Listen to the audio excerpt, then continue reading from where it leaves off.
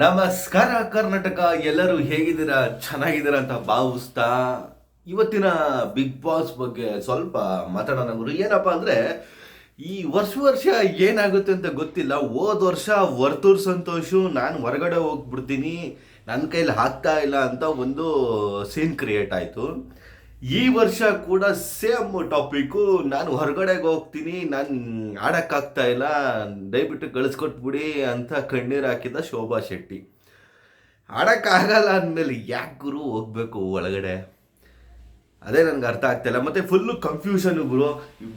ಬೆಳಿಗ್ಗೆನೇ ಒಂದು ಪ್ರೋಮೋನ ಅಪ್ಲೋಡ್ ಮಾಡಿಬಿಟ್ರು. ಇವರು ಹೊರಗಡೆ ಹೋಗ್ತಾರೋ ಇಲ್ವೋ ಅಂತ ಒಂದು ಟ್ವಿಸ್ಟ್ ಕೊಟ್ಬಿಟ್ರು. ಒಂದು ಫಿಲಮಲ್ಲಿ ಯಾವ ರೇಂಜಲ್ಲಿ ಟ್ವಿಸ್ಟ್ ಕೊಡ್ತಾರೆ ಆ ಥರ ಒಂದು ಟ್ವಿಸ್ಟ್ ಕೊಟ್ಬಿಟ್ರು.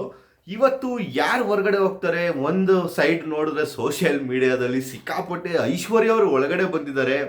ಟಾಪ್ ಬಾಟಮಲ್ಲಿ, ಲಾಸ್ಟ್ ಬಾಟಮಲ್ಲಿ ಇಬ್ಬರೇ ಇದ್ದಿದ್ರು, ಒಂದು ಶಿಶಿರು, ಐಶ್ವರ್ಯ. ಆಲ್ರೆಡಿ ನಾನು ಕಳೆದ ವಿಡಿಯೋದಲ್ಲಿ ಹೇಳಿದೆ, ಈ ಸತಿ ಶಿಶಿರ್ ಮನೆಯಿಂದ ಹೊರಗಡೆ ಹೋಗೋ ಚಾನ್ಸಸ್ ಜಾಸ್ತಿ ಇದೆ ಅಂತ ಹೇಳಿದ್ದೆ. ಏನೋ ಐಶ್ವರ್ಯ ಅವರು ಹೊರಗಡೆ ಬಂದಿದ್ದಾರೆ ಅಂತ ಒಂದು ಟ್ವಿಸ್ಟ್ ಇದೆ. ಇಲ್ಲಿ ನೋಡಿದ್ರೆ ಉತ್ತಮ ಕೂಡ ಅವ್ರಿಗೆ ಕೊಟ್ಟಿದ್ದಾರೆ. ಏನೋ ಒಂದು ಅರ್ಥ ಆಗ್ತಾ ಇಲ್ಲ ಗುರು.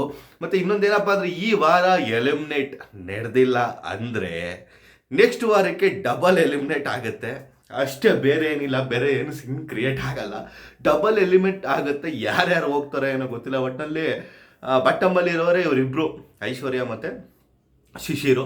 ಈ ಸತಿ ಏನಾದರೂ ಈ ಒಂದು ಶೋಭಾ ಶೆಟ್ಟಿಯ ಒಂದು ಏನು ಹೊರಗಡೆ ಹೋಗ್ತೀನಿ ಅಂತ ಒಂದು ಕ್ರಿಯೇಟ್ ಆಯಿತು, ಆ ಇದರಿಂದ ಇವತ್ತು ಎಲಿಮಿನೇಟ್ ಮಾಡೋದು ಡೌಟ್ ಇರುತ್ತೆ. ಎಲಿಮಿನೇಟ್ ಮಾಡಿದ್ರೆ ನೆಕ್ಸ್ಟ್ ವಾರಕ್ಕೆ ಹೋದರೆ ಇಬ್ಬರು ಡಮರ್ ಆಗ್ತಾರೆ. ಸ್ನೇಹಿತರೆ, ನಿಮಗೆ ಏನು ಅನ್ನಿಸ್ತಿದೆ? ಇದು ವರ್ಷ ಅದು ರೂಢಿ ಆಗಿರೋ ಥರ ಆಗ್ಬಿಡ್ತು.